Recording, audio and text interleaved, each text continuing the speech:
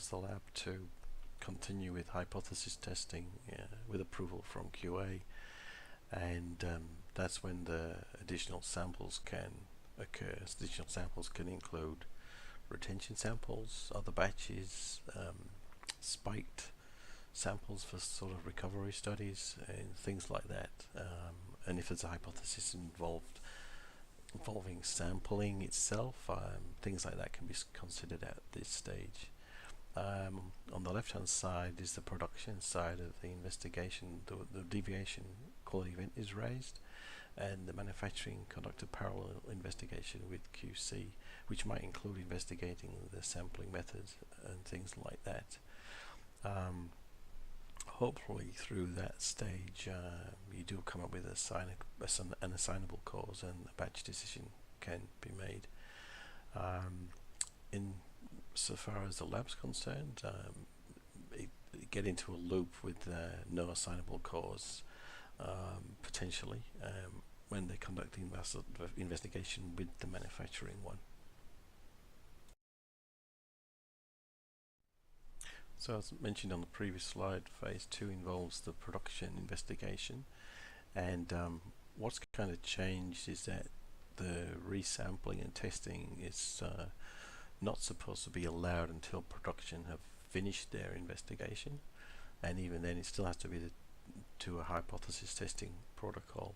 So even though the lab might suspect sampling, they cannot really do anything until production have done their investigation. An example could be, if the hypothesis testing could be querying the analyst.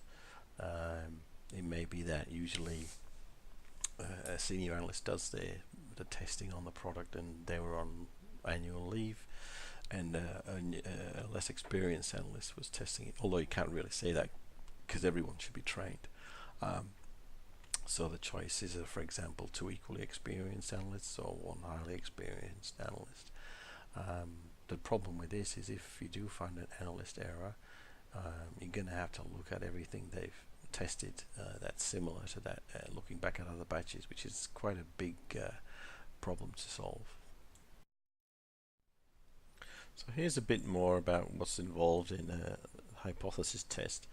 A simple way to explain it is you come up with an idea of what you think went wrong, whether it's in the lab or whether it's in production, and then you test it. You try and duplicate it or recreate those conditions. So even though production are meant to go off and do their own investigation, obviously there are times when production and the lab, I guess, come up with the same idea, the same hypothesis, and it might involve the sampling or where the sample was taken, and so you both need to sit together and come up with a plan sometimes. So so come up with what you think the root cause is, decide ahead of time what samples you're going to test them and why. You need a testing plan. It needs to be approved by QA, especially the order of doing things. Don't forget, any data you generate you have to keep, and you can't just throw results away if you don't like them. So retesting usually in phase 1 and 1B requires using the original sample supplied by a lab, or insufficient remain sample. Go back to the same production container without further mixing. If you get to phase 2 and you think there's still sampling issues, you still should only be going to sample from the original part of the batch.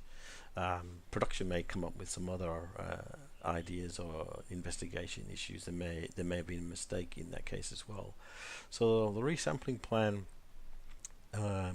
could be informed by production, and they may know for sure that, for example, with tablet coding, that a nozzle was getting blocked between 7 and 10 and with multiple stoppages. Even though there should be SOPs for this, sometimes things can get through without being noticed, I guess. So there's no there is no ultimate plan. Every situation will be different. So there is no template for a perfect hypothesis test. It depends on your process.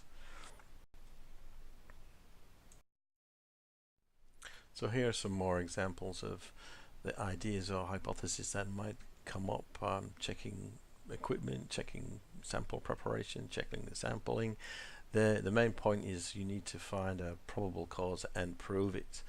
Um, you can't exclude the original result unless there's a clear laboratory or production sampling error revealed in stage 2. That's the end of the story there.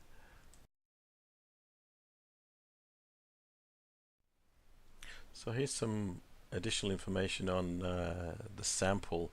Um, I've talked about it already, but the key point is before you start getting new samples and resampling, you really must prove that the original sample has got something wrong with it, or if you duplicate the same results, then the sample's correct, or your method. So it's not just a case of sampling and testing until it comes back into spec, as a lot of companies used to do. And you need to justify the number of retests as well. The famous bar decision in the US came to the conclusion that the minimum number of retests you need between 5, 7, 9 for it to be statistically significant. And you can't discard the original result unless you have a reason to. It may be part of that same sample set, but on the limits of the standard distribution.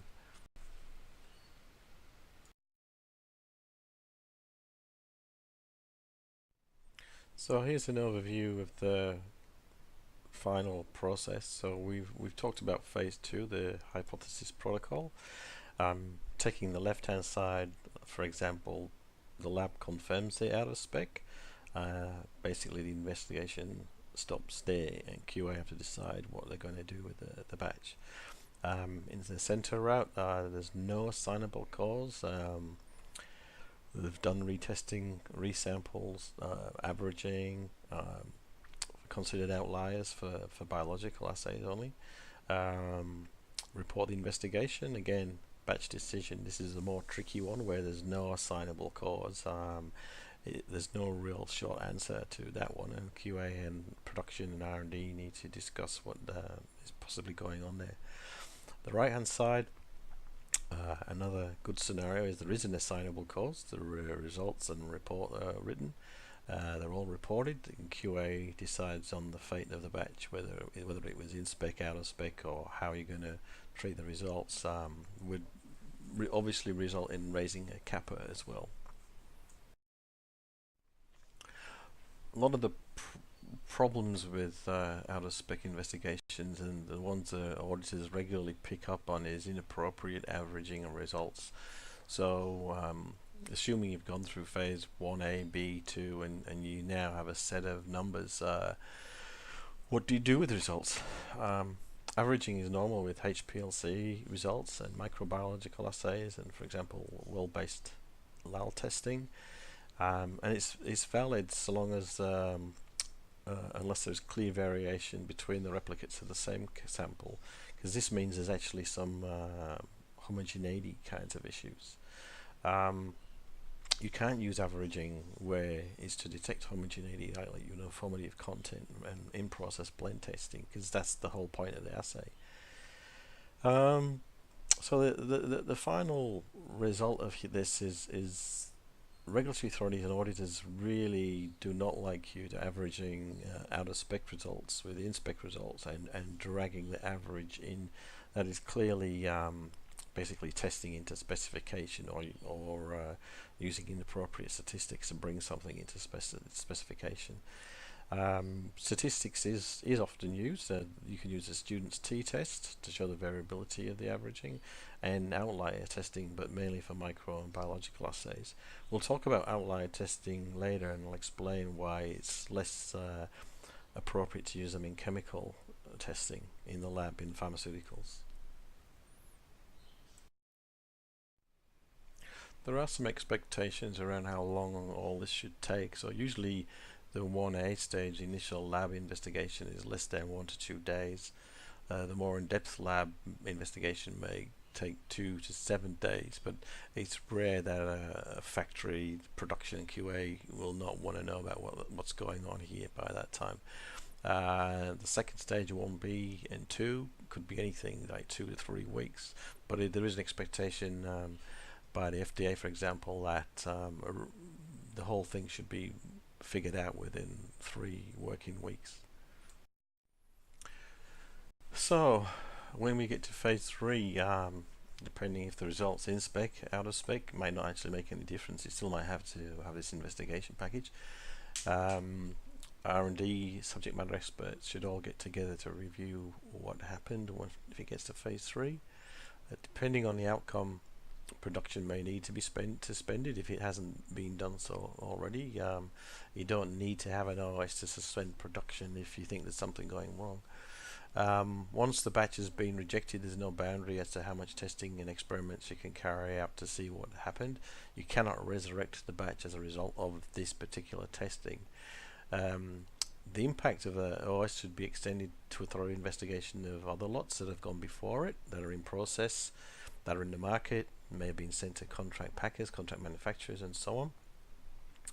Then you can also, if you, depending on your procedures and the type of products you make, you may be considering rework procedures, or for example in the case of the tablets where there's been spraying issues with the coating, you might actually be able to salvage some of the batch by segregation and resampling, to things to that effect. If no lab errors are identified and the OS stands, all results should be reported and all data used in the final decision.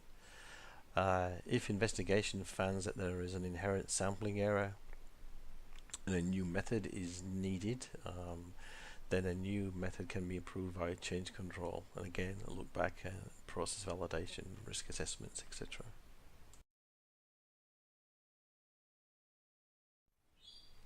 So as you might gather now, the initial OS doesn't mean the batch fails. There's various phases of investigation to go through, and the OS ultimately needs to be proven to affect the batch quality, safety, identity purity, identity potency, and meet the specification.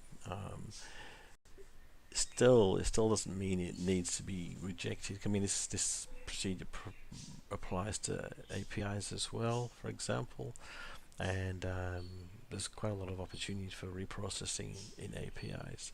But ultimately, the decision is QA's, and it's the decision's got to be made with all the information to hand. In some rare cases of drug shortages, QA can discuss with the regulatory authorities the situation, and if it's a very borderline technical, rounding issue, fail and still within expiry, there may be some leeway with the regulatory authorities, but that's very rare. So at the end of the day, when the investigation has been completed, you're expected to have full and complete, accurate records, passing data integrity regulations and everything, for the whole OS process, and this will follow through hopefully to deviations and kappas, etc.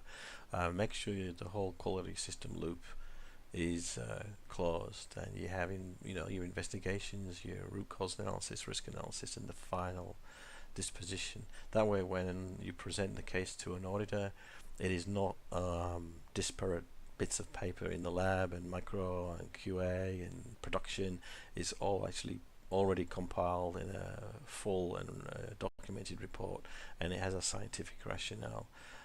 If it's presented well, the auditors will have a favorable view of the system, but if it's all over the place, they will have their alarm bells going already. Subject that generates a lot of interest is outlier testing. People generally do not suggest that you can